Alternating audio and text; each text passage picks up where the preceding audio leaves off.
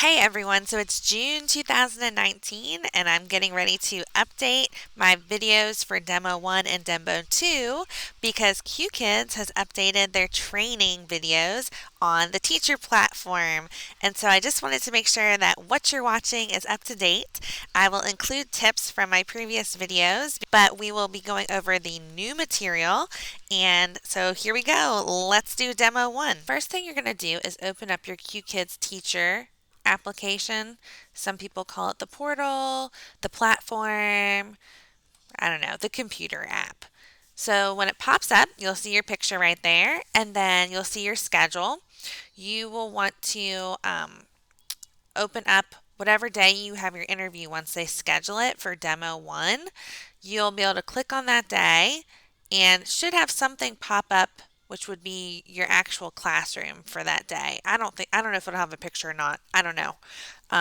But you can actually go in and practice your lesson, what you're supposed to know for Demo 1 and Demo 2 before you get in there. Okay, but let's talk about practicing and doing the trainings. So you want to come down here to certificates and resources. Now, yours will probably just say assigned to, and you'll click on that. I've already done the videos that you're going to do, so mine are under acquired. You'll click demos with Qkids. Okay, all the information that is required for demo 1 and 2 is contained under this tab. That is so true.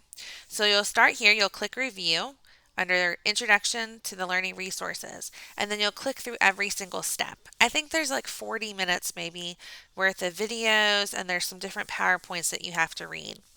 Once you get through all the trainings, you'll get to the point where you're going to do Demo 1 Independent Study Zone. Okay, you'll want to click on Review. Click to open Practice Room. This is going to bring you to the welcome screen. And your picture will pop up here. Welcome! You'll have to excuse me. I am taking a break from my regular teaching classroom in the basement and doing a video in my kitchen. So my lighting is a little bit wonky, but all right. So I'm going to quickly go over what all the buttons are in this classroom, and then I'm going to let you know kind of what to expect for Demo 1. So you are going to have to know what all the buttons are. So here are the different sections of the lesson or your demo. Okay, so you would click on each one to move through the demo. You're on 0 screen, that is the welcome screen. There's typically a countdown here from 5 minutes, or like it'll be up here, because 5 minutes is the amount of time you have on a welcome screen in a traditional lesson setting. So here is the stage. This is where you would bring up your students and you would see their video here. Teacher is traditionally here, and then you can see yourself what you look like over here on the side. So the buttons up here, we've got Award All. This is Award All Diamonds. I use this one the most because Qkids wants you to be within 5 diamond range, all the students. So you're not going to have like one student has 100 diamonds and one has 80. You want to be within 5 diamonds of each other, all of them.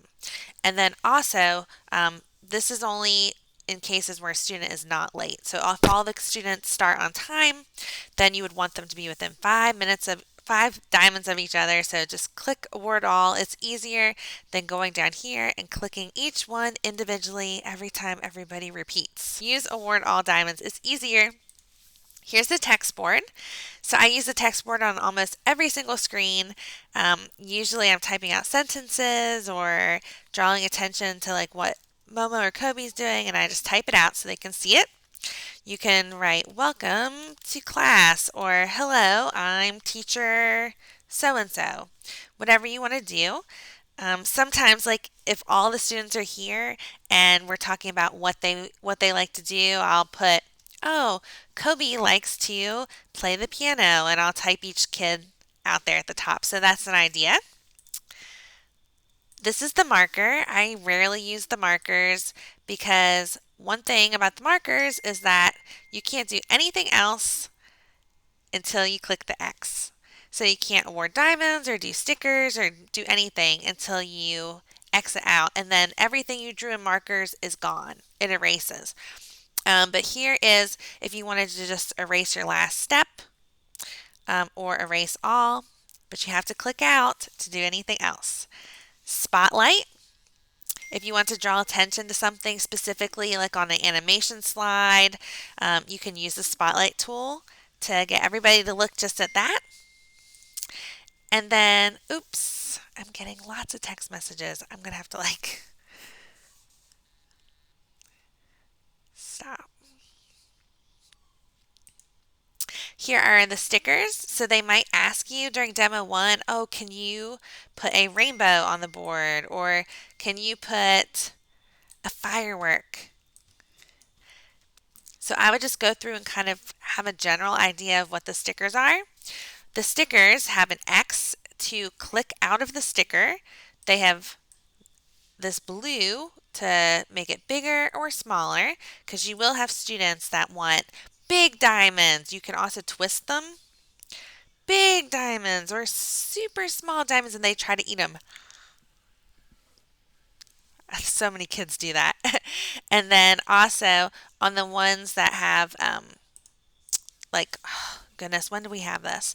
Sometimes there's animation slides, or no, the slides where you're teaching dresser or whatever, and something moves. You have to click this to get it to move again, but the stickers aren't like that. All right, all mics lowered.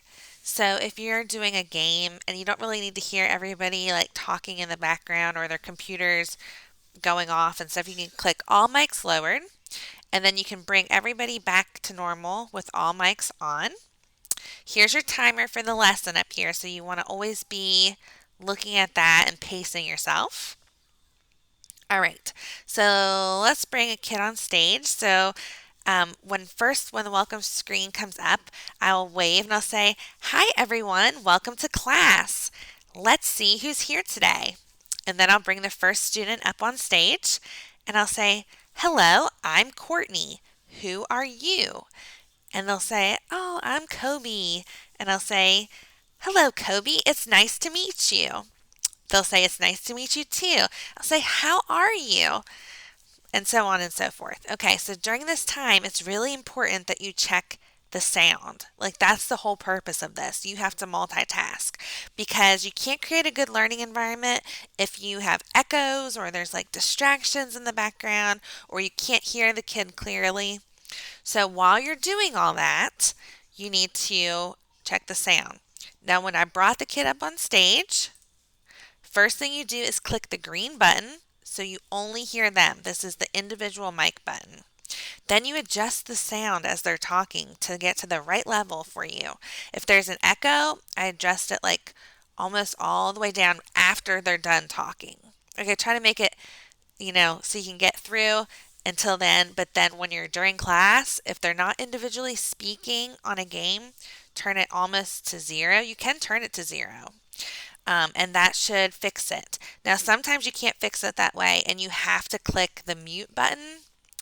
But I've been told that the parents and the kids can see that they're muted, so that can get you some negative feedback. So I only do that as last resort. I usually just fix it by going almost all the way to 0.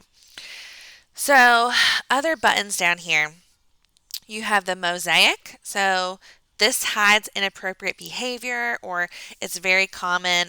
There's no guns in China, but they'll put their plastic guns that look so real, and they'll put them up on screen, or they're going to the bathroom or whatever. There's all kinds of craziness. So you just have to know how to use the mosaic in case there's something inappropriate, so that you can, stop that from being seen. We talked about mute. Here is the button. It looks like a little postcard.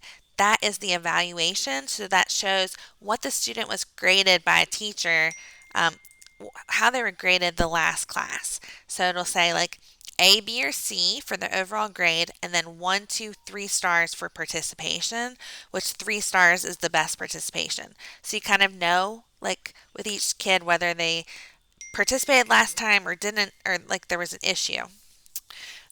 The middle button down here that's blue, so if you want to prompt an individual student to speak, you can click that. I use more TPR or just vocal prompting, but you can use that, see?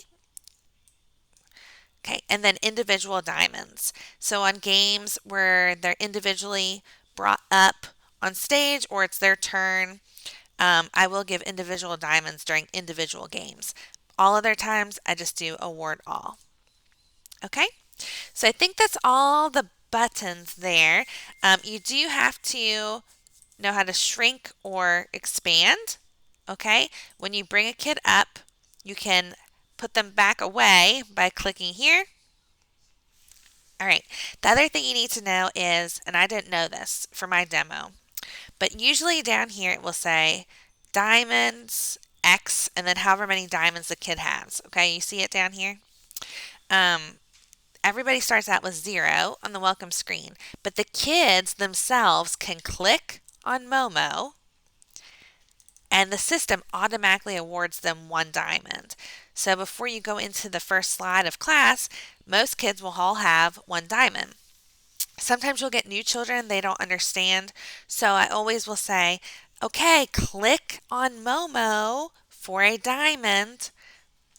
I learned that in my demo because nobody told me and it wasn't in any video. So there's your step ahead. So if you're hiring team or your coach for demo 2, wherever you end up having to do your welcome screen introduction, mine was on demo 2. But at least you know that. So if they haven't clicked, you can say, oh, be sure to click Momo, everyone, for your diamond. It's a good tip to know. You'll be like, have a little bit of insider information there. Over here is your reference screen. So it will tell you what to do on each slide. Okay, I'll give you little tips, or if they want you to say something specific, it'll have it there, okay, as a reference. Then down here, the green button is to send a message to what's called CCT, the class coordination team. So let's say one of the children is acting inappropriately or they're echoing really bad and you can't fix it, or they just have no video sound. You can send this ring, okay, this ring bell here on the corner, and you should at the beginning. If there's no video for them or no sound, send it. See the options? No sound, no video, no sound, and video. When I bring them up on stage and I see that there's an issue, I'll say it verbally, and I'll also try to make sure that they can hear me, and then I'll send the robot. If that doesn't fix it, then you can send a message over here to CCT and they'll write back and they'll contact the family. Okay. Then last but not least, up here is your volume. So sometimes like a parent will say, I can't hear you. It might be on their end, but also you need to make sure you check your volume up in settings before you go into the classroom. And then mine is really good at like 35, but everybody's mic is different. If you hit echo on, see, you can hear yourself, what you sound like. Keep the echo off or it will drive you crazy. Nobody can teach like that. But I think that's all the buttons here. This button here is for the last slide when you're exiting the classroom at the very end. So I think you're going to do great on Demo 1. So I hope I can help you and good luck on Demo 1. And I'll see you in my Demo 2 video. Please make sure you subscribe and you can see all my new videos. If you click the ring button when you subscribe, you get a notification every time I post a new video, so you'll be the first to watch. Thanks so much for your support and happy teaching.